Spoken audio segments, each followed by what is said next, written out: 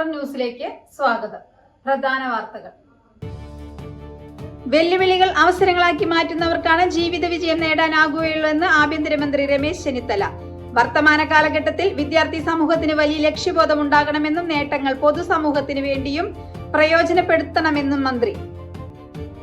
തെരുവ് നായ് ശല്യ പ്രശ്ന പരിഹാരത്തിന് ഒറ്റമൂലിയില്ലെന്ന് മന്ത്രി ബിന്ദു കൃഷ്ണ. കൂട്ടായ പരിശ്രമത്തിലൂടെ മാത്രമേ പ്രശ്നത്തെ അതിജീവിക്കാനാകൂവെന്നും മന്ത്രി. ശ്രീനാരായണപുരം ആലയിൽ അച്ഛനും മകനും സഞ്ചരിച്ച സ്കൂട്ടറും പ്രമുഖ വാർത്താ ചാനൽ സംഘത്തിന്റെ കാറും കൂട്ടിയിടിച്ച സംഭവം. പിതാവിന് പുറകെ ചികിത്സയിലായിരുന്ന 14-കാരനായ മകനും മരണത്തിന് കീഴടങ്ങി. കുണ്ടന്നൂർ തൃക്കണപതിയാരത്ത് പിക്കപ്പ് വാൻ തട്ടുകടയിലേക്ക് മറിഞ്ഞു. 2 പേർക്ക് പരിക്കേറ്റു. തട്ടുകട തകർന്നു. വാർത്തകൾ വിശദമായി. കാർമേഘങ്ങൾ കരഞ്ഞു തുടങ്ങിയ കർക്കിട മാസ പുലരിയും പുഞ്ചിരിച്ചു. തൃശൂർ വടക്കുന്നാഥ ക്ഷേത്രാങ്കണത്തിലെ ആ മനോഹര കാഴ്ച കണ്ട് 50 ആനകൾ അണിനിരുന്ന ആനയൂട്ടും അഷ്ടദ്രവ്യ മഹാഗണപതി ഹോമ ചടങ്ങുകളും കാണാൻ ആയിരങ്ങളാണ് ക്ഷേത്രത്തിലേക്ക് ഒഴുകിയെത്തിയത്. കാർമേഘങ്ങൾ കരഞ്ഞു തുടങ്ങിയ കർക്കിടക മാസ പുലരിയും പുഞ്ചിരിച്ചു. വടക്കുന്നാഥന്റെ ക്ഷേത്രാങ്കണത്തിലെ കാഴ്ച കണ്ട് 50 ആനകൾ അണിനിരന്ന ആനയൂട്ടിലും അഷ്ടദ്രവ്യ മഹാഗണപതി ഹോമ ചടങ്ങുകളിലും പങ്കെടുക്കാൻ ആയിരങ്ങളാണ് ക്ഷേത്രത്തിലേക്ക് ഒഴുകിയെത്തിയത്. കോരിച്ചൊരിയുന്ന മഴയിലും ഭക്തരുടെയും ആനകളുടെയും മനം നിറച്ച് നടന്ന ആനച്ചന്തം നിറഞ്ഞ ചടങ്ങുകൾ അക്ഷരാർത്ഥത്തിൽ പൂരാരവം തീർത്തു. തിങ്ങി നിറഞ്ഞ ഭക്തരുടെ സാന്നിധ്യത്തിൽ വടക്കുന്നാഥന്റെ തിരുമുറ്റത്ത് ഗജവീരന്മാരെ ഊട്ടി.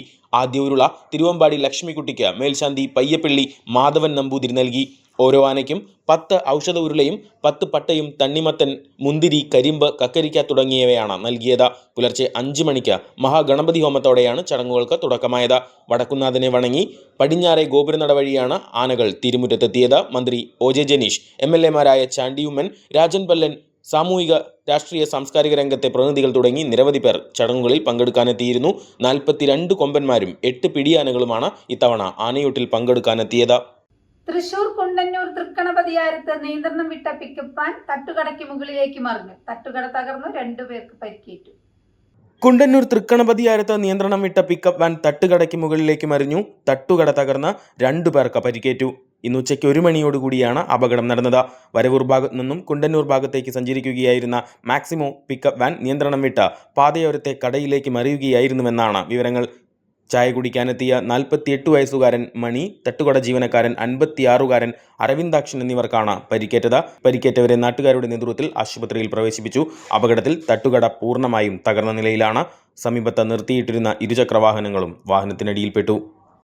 തെരുവ് നായ് ശല്യ പ്രശ്ന പരിഹാരത്തിന് ഒറ്റമൂലിയില്ല എന്നത് വസ്തുതയാണെന്ന് മന്ത്രി ബിന്ദു കൃഷ്ണ.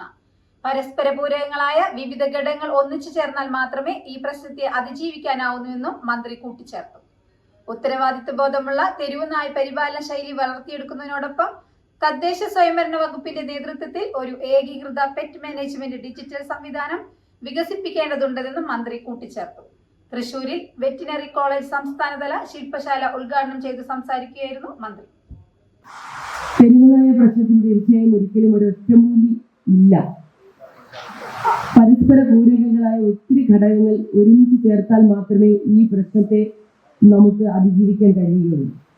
ഒന്നാമതായി ഉത്തരവാദിത്വ ബോധമുള്ളൊരു തെരുവുനായ പരിപാലനം, ആ ഒരു ശീലം അല്ലെങ്കിൽ ശൈലി നമ്മൾ വളർത്തിയെടുക്കേണ്ടത് ഉറപ്പാക്കേണ്ടതുണ്ട്.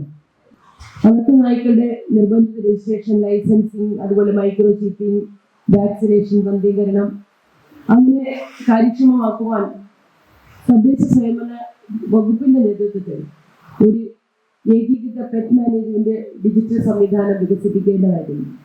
വെല്ലുവിളികൾ അവസരങ്ങളാക്കി മാറ്റുന്നവർക്കാണ് ജീവിത വിജയം നേടാനാവുകയുള്ളെന്ന് ആഭ്യന്തരമന്ത്രി രമേശ് ചെന്നിത്തല. വർത്തമാന കാലഘട്ടത്തിൽ വിദ്യാർത്ഥി സമൂഹത്തിനാകെ വലിയ ലക്ഷ്യബോധം ഉണ്ടാകണമെന്നും നേട്ടങ്ങൾ പൊതുസമൂഹത്തിന് വേണ്ടിയും പ്രയോജനപ്പെടുത്തണമെന്നും മന്ത്രി കൂട്ടിച്ചേർത്തു.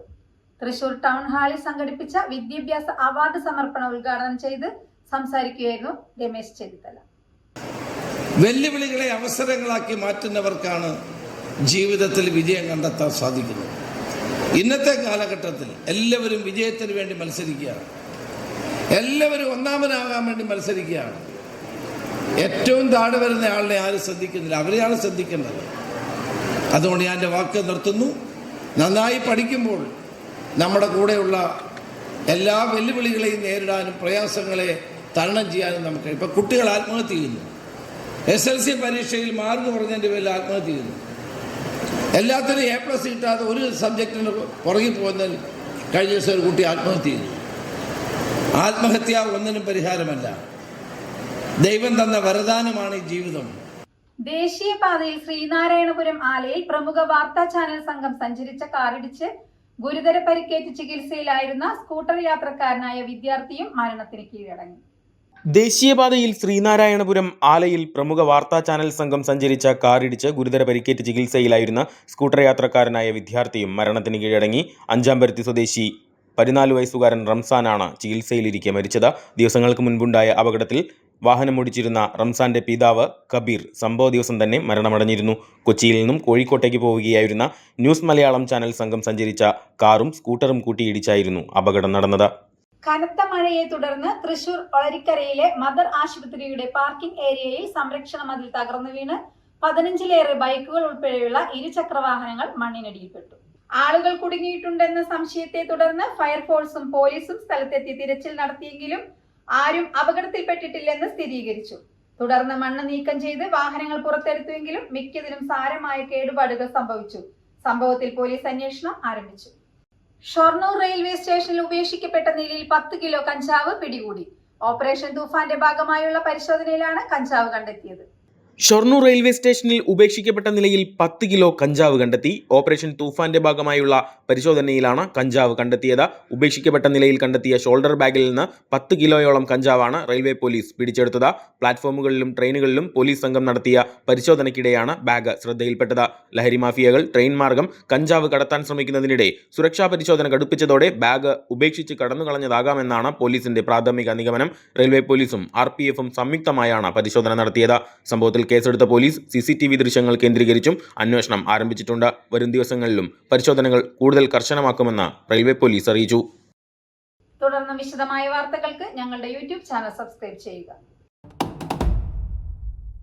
നിറമെഴുതിയ സുദിനം പ്രിയകരമതിമൃദുലം ശുഭകരം മനഹിതം അണിയുക കനകം ചിരി പകരണ നിമിഷം നിറയണ നറുഹൃദയം ശുഭകരം മനഹിതം അണിയുക കനകം താരമുകിൽ പൂവുകളിൽ മഞ്ഞു പകരുന്ന മധുഗണം സ്നേഹമുഖം ചേരുമുടൽ പൊന്നായി മിന്നുന്നു നിന്മനം സ്വർണ്ണമുഖി സ്വർണ്ണമുഖി